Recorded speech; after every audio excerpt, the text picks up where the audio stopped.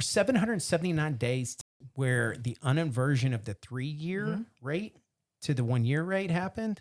And so we're considering now every time that's happened and all the longer duration bonds are now higher priced than the shorter duration bonds. When all those things uninvert like that, that is typically when the recession starts. Right. And so I think we're in that space where that's going to happen. Why this is good for mortgage buyers is guess what happens? Go buy a home now and everybody's doing the stupidest thing. They wait until rates come down. Right. And then they go buy the home, right? But the problem is so does everybody else, right? So you're not in a buyer's position to actually go get the best house at the best price. Right. And so you're competing now and it's back to a buyer's market. So I could probably afford a $300,000 home, but I'm going to buy 10% less of a house just so I can get in that house at a higher interest rates.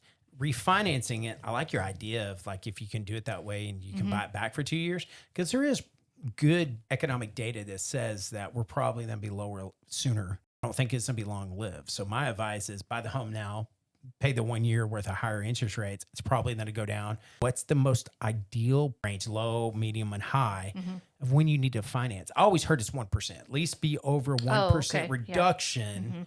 And then it makes sense to actually go refinance it. The way that works is, number one, I would say a rule of thumb is going to be if you can get a 1% rate reduction. But there's also other factors that go into. If you're planning on moving in a year, don't do it. You're gonna spend money on closing costs, and that you're not going to recoup that, right? How long do you have to stay in the mortgage after you refinance? I think I always heard it's 3 to 5 years. Well, that's exactly what I was going to say. I would say 3 to 5 years. But yeah, it's 1% is typically the rule of thumb. And so, because you can easily do calculations and show you if you stay in what you're in now, or if you refinance it, how much you're saving over the life of the loan. That's the big thing, because your monthly payment, even at 1%, that's not going to be a massive amount of change in principal and interest, but it's over the life of the loan.